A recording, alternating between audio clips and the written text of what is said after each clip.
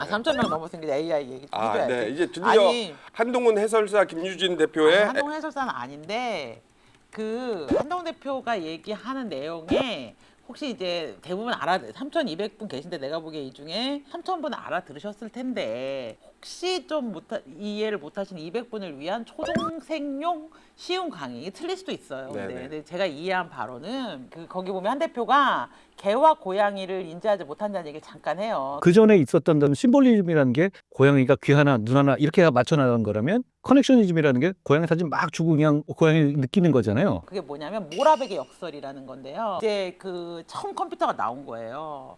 근데 그 전에 우리나라에 막 송룡원 같은 천재들 있잖아요. 네. 미국 나사가 데려가잖아요. 네. 나사가 데려가서 뭘 시켰을 것 같아요? 걔한테 행렬 연산을 시켜요. 행렬 여러분 기억나시는지 모르겠는데 이렇게 숫자에 이렇게 써 있고 이렇게 써 있어갖고 이거 감 내는 거거든요. 이게 행렬이 차원이 2차원, 3차원이 그러니까 변수를 1차원일 때 하나만 쓰고 2차원일 때 2개를 쓰고 3차원일 때 3개를 쓰거든요. 변수라는 건 x, y, x, y, z 이렇게 벌써 하잖아요. 모르고 있어요. 예. 근데 그거를 이 천재들을 데려다가 막 시킨 거예요. 네. 사실 저도 6x6에서 6개, 6차원 정도까지는 계산을 하는데 그걸 넘어서면 되게 힘들어요. 6차원 행렬도 저는 하는데 거의 1시간 걸리거든요. 근데 요즘 무한 차원을 써요. 예, 근데 그거를 이제 계산을 못 하잖아요. 네.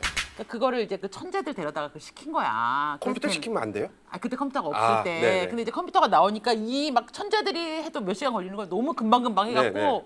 너무 인류가 깜짝 놀란 거예요.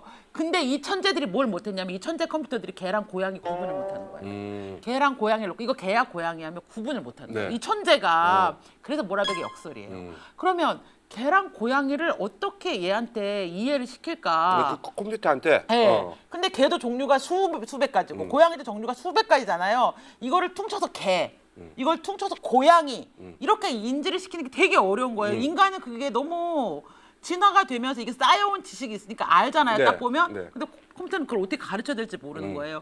그래서 머신러닝이라는 게 생겨요. 애를 가르치는데 그냥 얘한테 개랑 고양이 설명하지 않아. 개 사진만 그냥 수천만 장을 보여줘.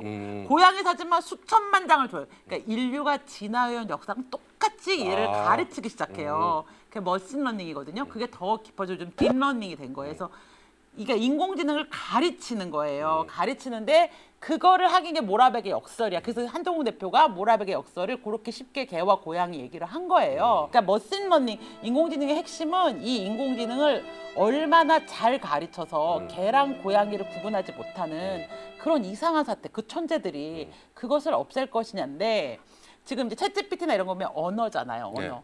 언어를 얘기할 때 어떻게 얘기를 하냐면 여기서 함수가 들어와요. 선형 함수가 들어오는데 제가 고 작가님한테 이렇게 얘기를 하잖아요. 그럼 사람이 쭉 쓰는 언어 중에 가깝게 붙어 있는 거리가 가까운 언어는 관련성이 깊다.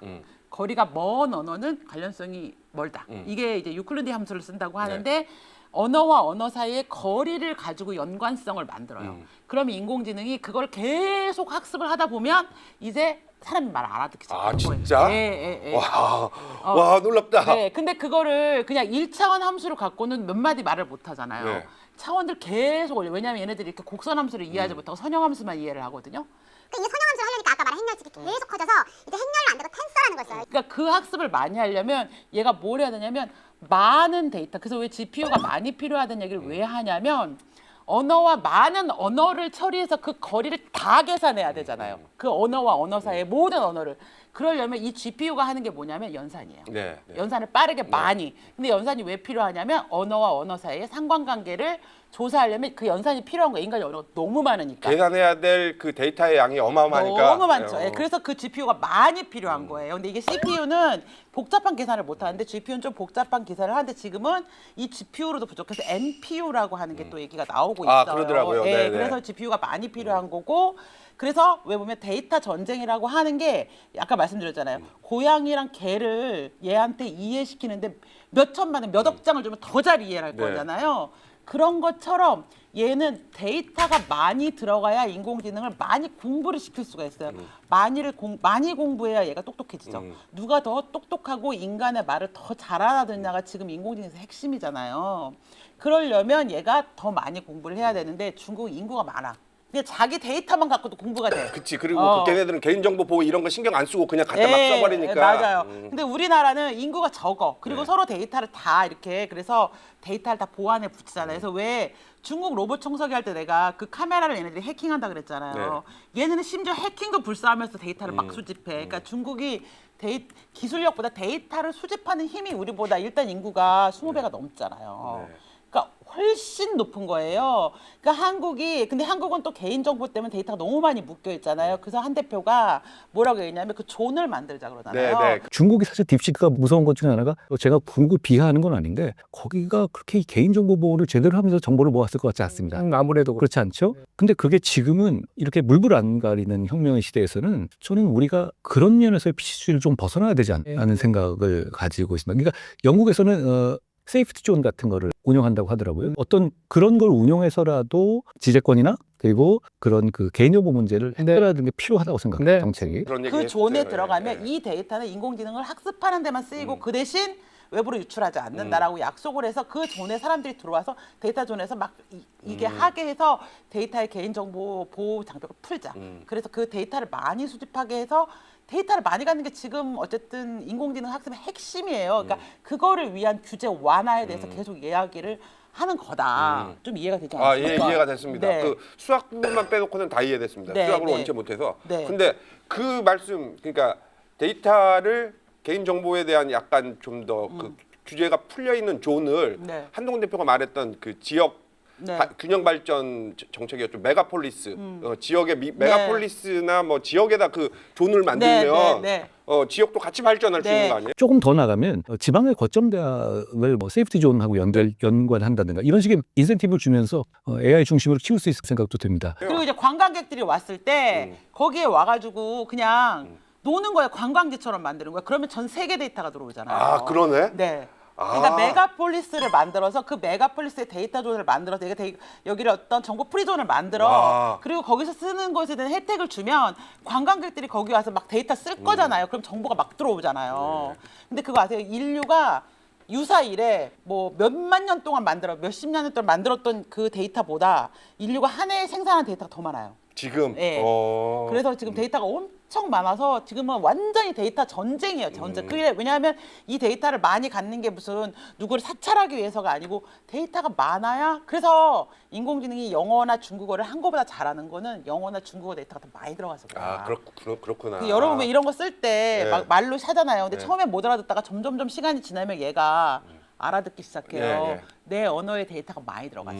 그래서 그 얘랑 뭐 빅스비랑 얘기를 하고 싶다. 그러면 빅스비랑 많이 대화하셔야 돼. 그럼 얘가 내 말을 잘 알아들어요. 아, 그런가요? 예, 그게 딥러닝이고 머신러닝이에요. 근데 그 과정이 인간의 뇌의 진화 과정을 그대로 얘한테 한 거예요. 근데 아까 말한 것처럼 근데 얘가 그 데이터가 들어갔을 때 이게 아웃풋으로 나오는 과정이 블랙박스 처리돼 있어요. 인간의 뇌도 그렇고 인공지능도 그렇고. 그래서 이 문제를 풀어야만 우리가 구글이나 네이버의 알고리즘의 비밀을 풀어요. 근데 이 알고리즘이 그러니까 구글이 무슨 얘기하면 사실 손을 댔는지 안 댔는지 우리는 알 수 없지만 네. 구글은 우리는 알고리즘에서 어떻게 할 수 없다 이렇게 얘기하는 게 그 블랙박스예요. 그래서 그런 거다. 정도를 이렇게 3분 짧게 얘기 잘하지 한 않았습니까? 3분 넘었으면 한 6분 정도 된 것 같은데요. 네네. 어찌 됐건 간에 이런 내용 어디 정치 유튜브에서 들어보신 적이 아마 없으실 것 같은데. 그치 예. 그치. 내가 그럼요. 다른 정치를 다 봤거든. 다 한 대표 말 못 알아듣겠다는 거야. 그 내가 약간 프라이드가 있어.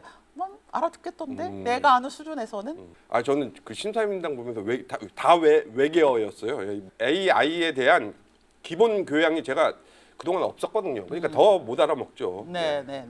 그래서 여러분 이제 이런 아주 기초적인 것을 아시고 그 다음부터 이제 아마 한 대표 얘기를 들으면 더 잘 들리시고 그럼요. 예, 그 책을 읽으면 더 잘 읽히실 거예요. 그렇게 말씀을 하시니까 그 한동훈 대표가 말한 메가폴리스 그리고 거기다 아까 말한 데이터존 그런 존과 결합되는 것까지 다 이해가 되네요. 한 나중에 번에. 아마 모르긴 몰라도 데이터 해킹할 걸 서로 아, 해킹전이 에휴. 벌어질 거예요. 어. 데이터가 그냥 지금은 데이터가 경쟁력이에요. 너무 데이터가 중요해요. 김현진님이 한 대표 설명보다 어렵다고 하시는데 김현- 실패하셨네요. 이거 봐 영님 봐 이제 딱 이해가 됐대잖아. 네. 박영수님 다른 방송 갔다 왔대.